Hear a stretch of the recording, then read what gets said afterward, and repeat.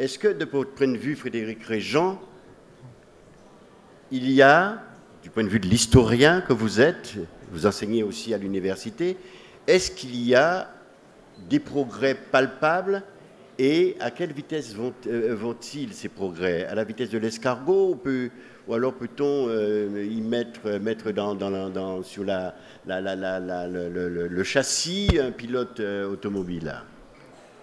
Alors, donc, en ce qui concerne les progrès, ce qu'il faut savoir, c'est que sur le plan de l'histoire, nous avons beaucoup de retard. C'est seulement depuis l'an 2000 qu'il y a une circulaire ministérielle qui indique que les programmes en histoire et en géographie sont adaptés au contexte local. 2000, c'est il y a 9 ans. C'est très court. Ce qui signifie qu'auparavant, un enseignant n'avait pas l'obligation d'enseigner l'esclavage, d'enseigner la traite négrière, d'enseigner l'abolition de l'esclavage. Il n'avait pas cette obligation-là. Ça ne veut pas dire qu'il ne le faisait pas, mais il n'avait pas cette obligation-là. Donc ça remonte seulement à 2000. Alors, les 3 pans de l'histoire, et tout à l'heure, monsieur en a parlé, c'est à la fois l'enseignement, c'est la recherche historique et c'est la vulgarisation. Donc l'enseignement, je fais déjà un constat, c'est très récent. Deuxième constat, sur la recherche, là, on a un retard qui est immense. Par exemple, à l'Université des Antilles et de la Guyane, la dernière thèse soutenue en histoire date de 2000. Il y a très peu de chercheurs sur ces domaines historiques. Et aussi, il faut des moyens pour faire de la recherche. Un chercheur, il a besoin de se déplacer, il a besoin de se documenter, et ça ne se fait pas uniquement sur la base du bénévolat et de son argent personnel et de son temps personnel.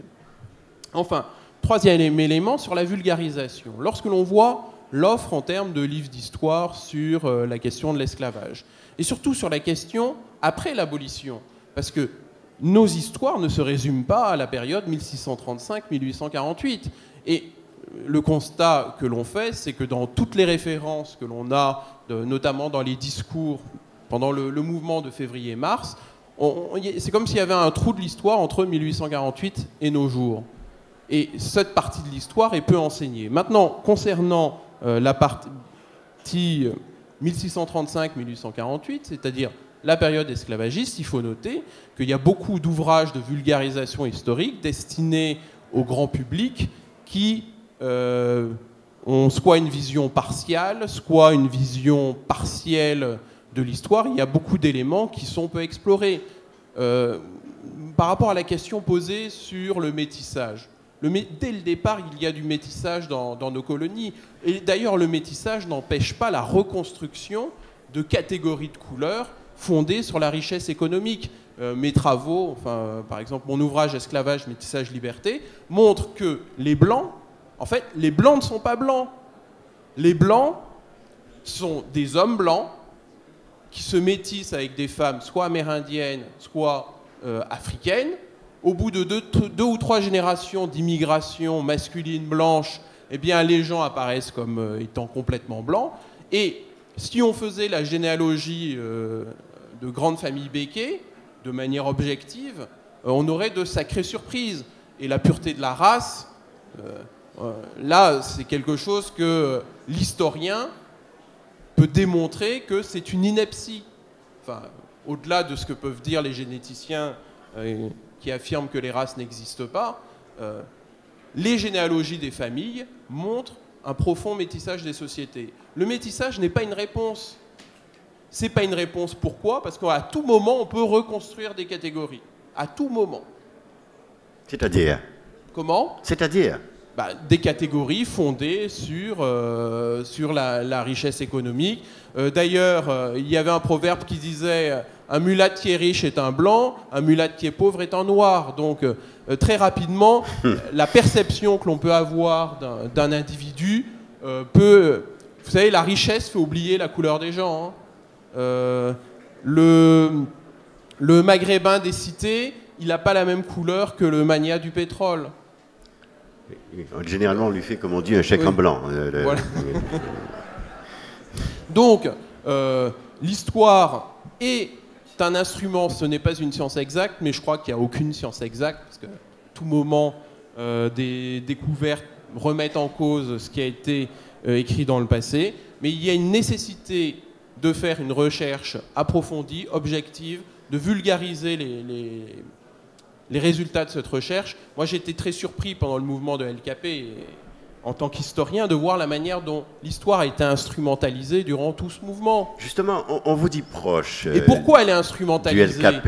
Elle est instrument. Oui. On vous dit proche du LKP. Non, je ne suis pas proche, je suis membre. Ah, c'est d'autant plus intéressant. On a quand même mis le LKP sur le banc des accusés, accusant précisément le LKP d'instrumentaliser la couleur de la peau des uns et des autres. Ce n'est pas une méthode.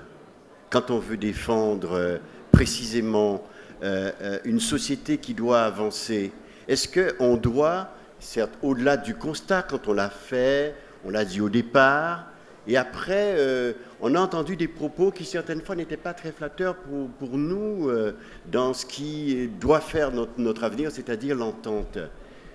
Vous, en tant qu'historien, est-ce que vous avez eu le sentiment qu'on se trompait de route quand on parlait des Blancs, s'ils ne sont pas contents qu'ils s'en aillent, et tout le reste, quoi, tout le verbiage idéologique qu'on a entendu à ce moment-là? Je me fais l'avocat du diable. Hein.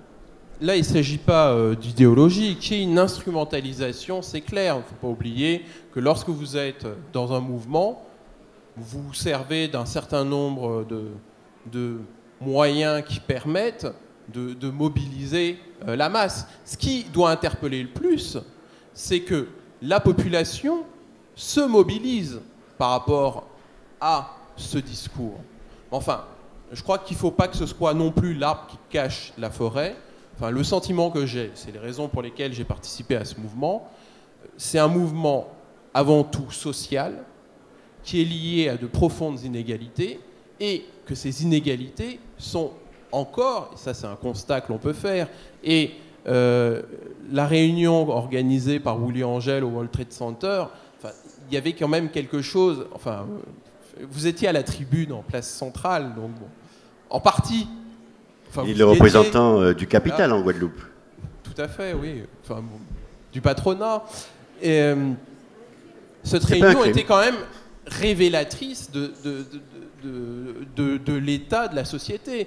Lorsqu'on mettait en vis-à-vis la photo des participants de cette réunion et la photo des manifestants, enfin, on avait quand même un décalage sur le plan de la couleur très fort. Alors maintenant, sur le plan de la couleur, on peut pousser l'analyse un peu plus loin. Lorsqu'on prend la photo, notamment des responsables du LKP, il y a aussi, on voit une palette assez importante. Une palette assez importante, et on voit finalement une photo en intermédiaire entre les deux. Donc,